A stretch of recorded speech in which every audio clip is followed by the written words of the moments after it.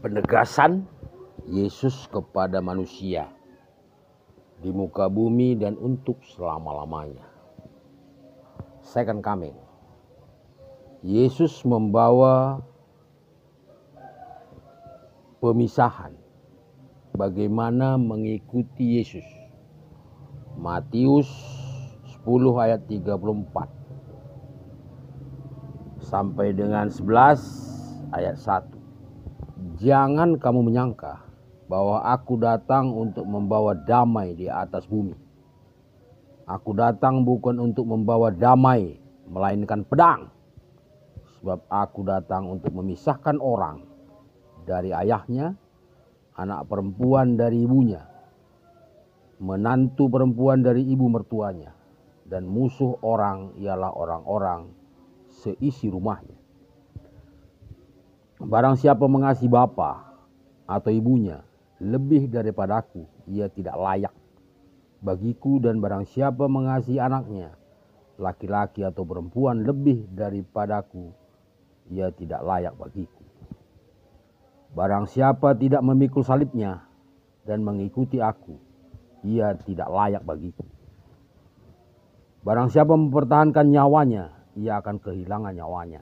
Dan barang siapa kehilangan nyawanya karena aku, ia akan memperolehnya. Barang siapa menyambut kamu, ia menyambut aku. Dan barang siapa menyambut aku, ia menyambut dia yang mengutus aku.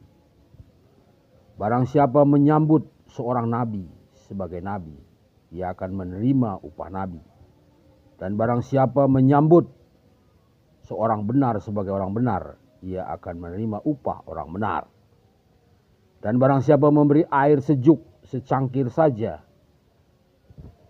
kepada salah seorang yang kecil ini, karena ia muridku, aku berkata kepadamu, sesungguhnya ia tidak akan kehilangan upahnya daripadanya. Setelah Yesus selesai berpesan kepada ke-12 muridnya, pergilah ia dari sana untuk mengajar dan memberitakan Injil di dalam kota-kota mereka.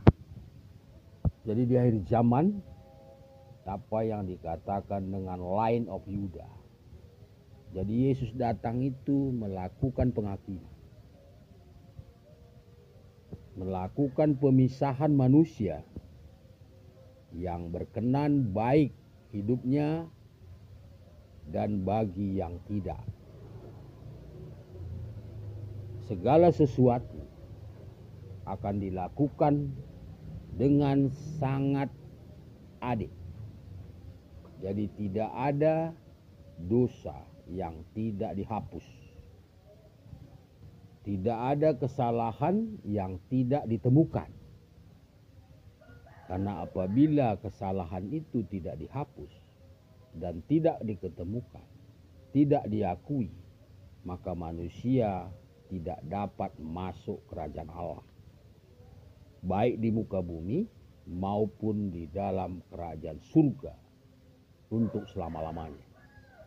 Jadi manusia tidak boleh menemukan cara sendiri tentang hidup akhir zaman.